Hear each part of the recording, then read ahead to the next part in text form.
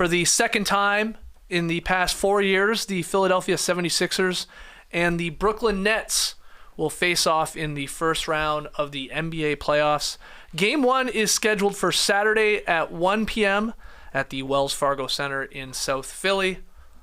What's one thing you're going to be watching in this series? This is not an exciting series to me. No? This, to me, is the least interesting first-round series, non-play-in involved division. Because I think this one's going to be a blowout. I don't think that the Nets have anybody that will be able to handle Joel Embiid. So I guess one thing to watch is his free throw attempts. Because the Nets are actually pretty good at not fouling, but Embiid goes to the line all the time. I assume he's going to live at the line, putting up 30-something per game. He should have some monster lines in this one. So I guess the one thing I'm really watching is to see what James Harden looks like for the 76ers. He sat out 7 of the team's last 13 games with his Achilles problem. I think they can win this series even if Harden is getting back up to speed. It's more of a long-term thing, seeing what Harden's going to look like because they're going to need him at his peak for round 2. But I don't know. It's hard for me to convince myself of the Nets doing anything besides stealing one game after they're down 3-0. Yeah, as good a story as the Nets have been, and as much as it is fun to watch them galvanize themselves after the whole thing that they've gone through, and they've got such likable guys. The problem is the best player on the other team has no matchup on this one. Even though Nick Claxton has been really good, solid season, the Sixers are going to go to Embiid over and over and over again, and it's just going to be a struggle bus for Nick Claxton to deal with him. They basically have to commit to getting the ball out of Embiid's hands or not allowing him to catch it at all.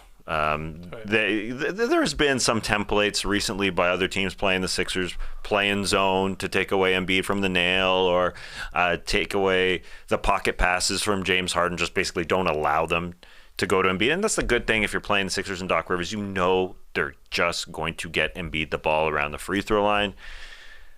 It's basically don't let him catch it because it's Nick Claxton, who's just far lighter than Joel Embiid. He's going to be able to push off and score. Or Day'Ron Sharpe is their backup center.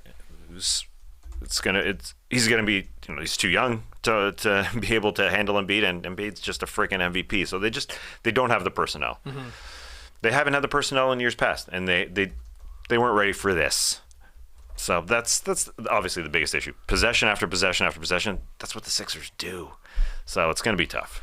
Here's one thing to watch from the Nets side of things. Hat tip to Schumann out there in his series preview. The Nets, their three-point rate, it sort of skyrocketed after they traded Kyrie and KD. Went from 37.6 to 43.7%. That's the 5th highest in the league after they made those moves. So I think that's their best chance to pull off an insane upset here. Just gun away. Because you're going to lose the battle at the free throw line because you're taking on Embiid and Harden. You're going to lose the battle inside the arc because of Embiid. So you got to get that rate up above 50% in this series from deep. And after the deadline, when Brooklyn hit 15 or more threes, they were 9-1. When they didn't, they were 4-14. Could Vaughn, and this speaks to what you said about how do they even guard Joel Embiid because of the personnel, will he go crazy small? Will he just be let's just get 5 shooters out there and stretch it as much as possible? I mean, Claxton's going to play, don't get me wrong, but to help their chances, to help the math, just attempt a lot of threes and hope you hit those 15, 16, 17 threes in a game to give yourself a chance. I don't think so. I think they're going to try and be the Celtics and just use their length because they are long. Mm-hmm. And Claxton had one good game against Embiid, actually, too. He had one of his best offensive games of the season. Yeah, he matched him okay. As far as points, points to points. Yeah, I think they try and use Claxton's length. Bridges, Dorian Finney-Smith are really, really good defenders, and then you throw a Royce O'Neal out there. Yeah, they're gonna Bridges, Dorian Finney-Smith. They're probably gonna start on Harden and Tyrese Maxey respectively, and they're gonna do a pretty damn good job on those two guys. Then they have to recover and just get arms in front of Joel Embiid, as well as Nick Claxton. So I think that's the game plan. They do have hope because their defenders are so good and so committed to the task at hand. But one-on-one, it ain't going to work, I don't think. Let's talk X factors. Who you got circled? X factors for this? That's tough.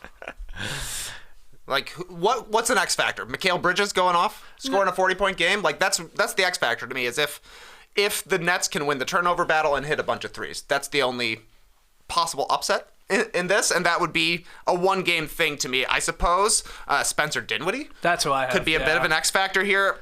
I can foresee the Nets trying to attack with Dinwiddie isolating on Maxey, maybe. Maxey's probably the smallest, worst defender in the starting lineup for the Sixers, so put him in as many actions as you possibly can and try and generate open threes and force turnovers and run as much as you possibly can. That's the recipe for the Nets stealing a win. But none of that, to me, seems like a sustainable thing that will last throughout a series. Yeah, I just, for the Nets' sake, Embiid is going to probably score a lot, and they just got to hope that the Bridges and Dorian Finney-Smith limit Harden and Tyrese Maxey, and then maybe the math, as you said, because your X factor here is Spencer Dinwiddie, I assume. Yeah. Yes, somebody. He's so streaky. It's got to be one of those. It's got to be. Seth Curry can maybe play some more minutes in this game, in this series. Unleash Cam Thomas. Like, it could be one of these. Yeah. Like, they need a bunch of threes. They need one of these guys to catch fire. Cam, Seth, Dinwiddie. Cam's rolling right now. He had a 40-point game. Which one? It's true. Look, this is a tough matchup for the Nets. We wouldn't even mention Cam Thomas. He'll be there. Cam Johnson. Cam Johnson. Why did I say Cam Thomas? Well, Cam Thomas plays. He's there. there. Yeah. I got so many Thomases, so many Johnsons, so many Cams. Okay, let's just make this quick then. What's your prediction? This is a pathetic preview. I mean, we're just so down on the Nets here. This is embarrassing. What do you Well, got? they've been pretty bad, for the second half of the season. Yeah. They've been 11-13. They only win if they hit, what'd you say, 15 threes? Basically. That's basically the only time they win. So I think that will happen at least once. But give me the Sixers in 5. Another X factor, as the stream team is saying, is like Joel Embiid's face bones. Like him getting hurt. Can he stay healthy? That gives Not that getting would the give the shits? Nets a chance. Yeah. Yeah. Eat high quality foods this week. No cheesesteaks. Yeah, if he's backpedaling on a fast break from another player, he's not going to put his face into an elbow like he did for Pascal Siakam. Just no freak accidents. Yeah, we all want to see Joel Embiid healthy for an entire run. It is odd that you say the Nets have been 11-13 over the last 24 games. Just shows how bad the Heat were in the entire season, that they couldn't steal the sixth seed. Very true. It's been mediocre. Mikal Bridges is obviously going to be exciting as a number one guy to see what he can do. But yeah, do they have the firepower behind him? And the size is such a freaking problem. They're going to take one. This team fights too hard. I'll say Sixers in 5. I got to agree with you guys. I also have Philly in 5. I like the Nets' chances to win one game at least. But this Philadelphia team, again, this is Schumann with this stat. They are the third seed in 20 years that rank in the top 8 on both sides of the ball. So this is a very, very good third seed. I mean, this is really good when you're top 10 on both sides of the ball. They're top 8 offensively and defensively. And here's a look at the numbers as we wrap this one up. Okay. They played 4 All years of ago, us. as you said. Yeah. Forgot. I guess that was the Karis LeVert series, if I'm remembering correctly. Did it also end Philly He was in 5? awesome.